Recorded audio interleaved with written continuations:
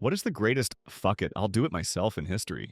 Medicine has a few of these. Jonas Salk, when he needed test subjects for the polio vaccine, looked around and decided he'd make a fine test subject. Well, he and his family, so maybe that's not the best example.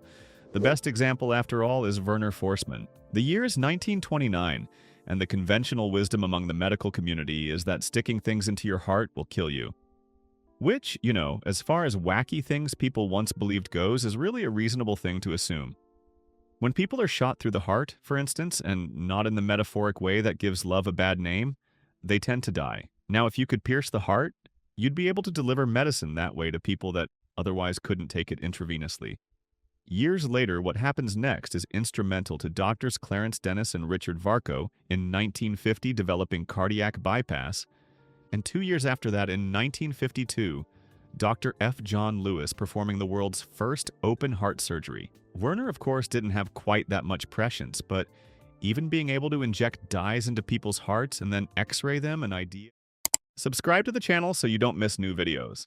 The idea he did have was revolutionary. Werner knew what the rewards were, but he also, of course, knew what the risks were. He wouldn't violate his Hippocratic oath, and this sort of thing was fatal to a career in medicine. In fact, when he pulled off what I'm about to tell you, he was actually disciplined and shunned by the cardiac community. He was forced to retrain as a urologist, where this sort of thing was more acceptable, a profession he was in for the rest of his life. There was no way he could get his hospital's board to approve something like this, not with a live patient. So he convinced a nurse by the name of Gerda Dietzen to help him sneak into the hospital and perform a procedure in which he would run a catheter through a vein in the arm, right into a human heart. She agreed on one condition: that the test be performed on her. Werner wasn't about to kill another human being if he was wrong, though.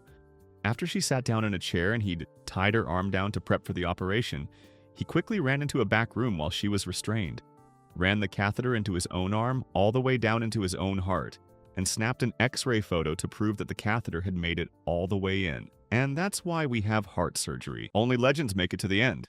Hit that follow.